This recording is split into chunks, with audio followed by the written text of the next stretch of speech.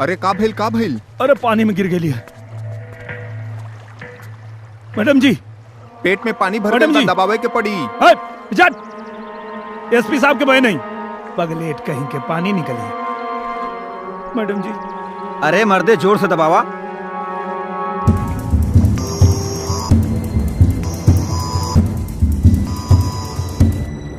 सांस तो चला था लेकिन होश नहीं की आवत।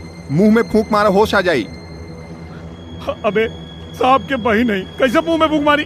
अरे ये सूप काम हम ही कर देता नहीं। अबे अपन शक्ल देख लिया, सारा मुंह में फूकिए। अगर मैडम के पता चली कि तोरा मुंह में फूकला से इनका होश आइला तो इन नदी में कूद के जान दे दिए। मुंह में फूकिए सारे। मैडम जी हे भगवान, हम क्या करें? मैडम जी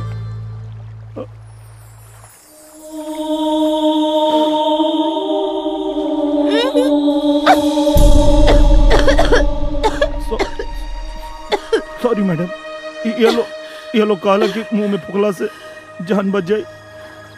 हम जानबूझ के ना फूकने मैडम, गलती हो गई। और पानी लिया देता नहीं, मुंह धो लें आप।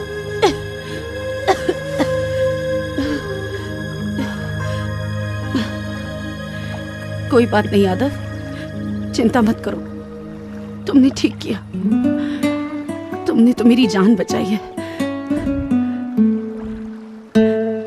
राहुल कहाँ है?